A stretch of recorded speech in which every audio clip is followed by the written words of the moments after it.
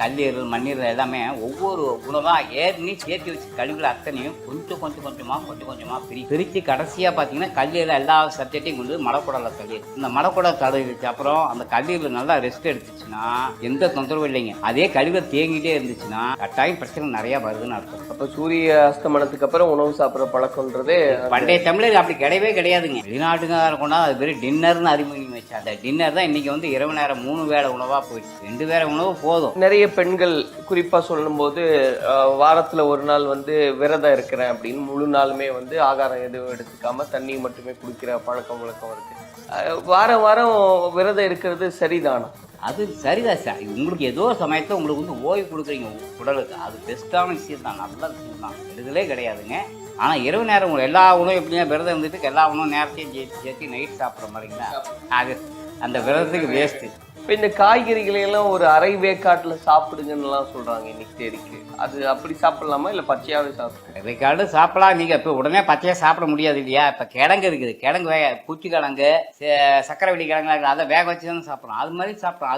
அது சத்து இருக்குது. அது வந்து பார்த்தீங்கன்னா 50% சத்து இருக்குங்க. 50% கழிவுகள் வெளியாகிறதுக்கு அது 50% தேவைப்படுது. அப்போ ஈக்குவல் ஆகிடுது. எப்படி எந்த பலனும் கிடைக்க போகிறது கிடையாது.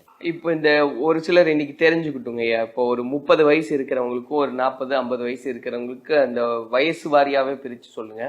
ஒரு 30 வயசு இருக்கிறவங்க எந்த பழக்க வழக்கங்களை எல்லாம் சரியா பின்பற்றணும், 40 வயசுக்காரங்க என்ன பண்ணணும், 50 வயசுக்காரங்க என்ன பண்ணணும், அந்த மாதிரி. நீங்கள் வாலிப வயது முடியா எதை வேணாலும் சாப்பிடுங்க, உடம்பு சத்தா மாற்றிங்க, எந்த நேரம் வேணாலும் சாப்பிடுங்க. அதை குறிப்பாக அழிகின்ற காலம் 53. அப்போ 28 வயசு முடிய நீங்கள் எப்படி வேணால் சாப்பிடுங்க. முடிகின்ற காலம் 33. அந்த 33 வயசு முடிய பார்த்தீங்கன்னா தான் உங்களுக்கு வந்து ஒரு ஆஃபர் கொடுத்துருக்கிறாரு. இதே உணவு சாப்பிட்றப்ப உங்கள் உடம்புல 62 ஆகிறப்ப உங்கள் உடம்புல சத்துக்கள் போயிடுமே ஒழிய சத்துக்கள் நிற்காது. அப்போ நீங்கள் தெரிஞ்சுக்கணும், உணவை இதை தான் சப்ஜெக்டாக சொல்கிறாங்க. தெளிவான ஞானம் யாருக்கு இருக்குதோ அவங்க மட்டும்தான் 50 90ன்னாரு. இந்த தெளிவான ஞானம் யாருக்கு கிடைக்குதோ கட்டாயம் அவங்க 100 வயசு தாராளமாக வாழ்ந்தே தரலாம். 40 வயசுக்கு மேலே பார்த்தீங்கன்னா உணவை வந்து குறைச்சி சாப்பிட ஆரம்பிச்சிருங்க. அது நீங்கள் என்னென்ன சாப்பிட்னாலும் அதெல்லாம் குழந்தைங்க கொடுத்துருங்க. ஆனால் சாப்பிடும்போது எப்படின்னா முறையை என்ன சொல்கிறேன், எல்லாத்தையும் இளைஞர்களுக்கு தொப்பை வருது, தரையில மறந்து சாப்பிடுங்க, தலை குனிஞ்சு சாப்பிடுங்க. உணவுக்கு அது மரியாதை கொடுக்குறீங்க அர்த்தம். இப்போ யாருமே நிமிந்துக்கிட்டு சாப்பிட்றோம் இல்லை உட்காந்துக்கிட்டு சாப்பிட்றோம், அந்த மாதிரி சாப்பாடே சாப்பிடக்கூடாது. ஒரு உணவு சாப்பிட்ற நீங்கள் தலை குனிஞ்சு தான் சாப்பிடணும். உங்கள் உணவுக்கும் கண்ணுக்கும் பார்வைக்கும் பக்கமாக நெருக்கமாக இருக்கணும். நீங்கள் இப்படி ஃபோனை பேசிக்கிட்டே சாப்பிட்டீங்கன்னா எந்த உடம்புக்கும் சத்தா கொடுக்காது. இப்போ நிறைய பேர் சொல்லும்போது நொறுங்க தின்றால் 100 வயசு அப்படின்னு, என்ன வேணா சாப்பிடுங்க ஆனால் நொறுங்க சாப்பிடுங்க. அதுக்கு அந்த வார்த்தையே தப்புங்க. நொறுங்கன்னா பல்லுல நல்லா நொறுக்கி அரைச்சி சாப்பிடணும். நீங்கள் சாப்பிட்ற உணவு வந்து கூழாக்கிடணும்.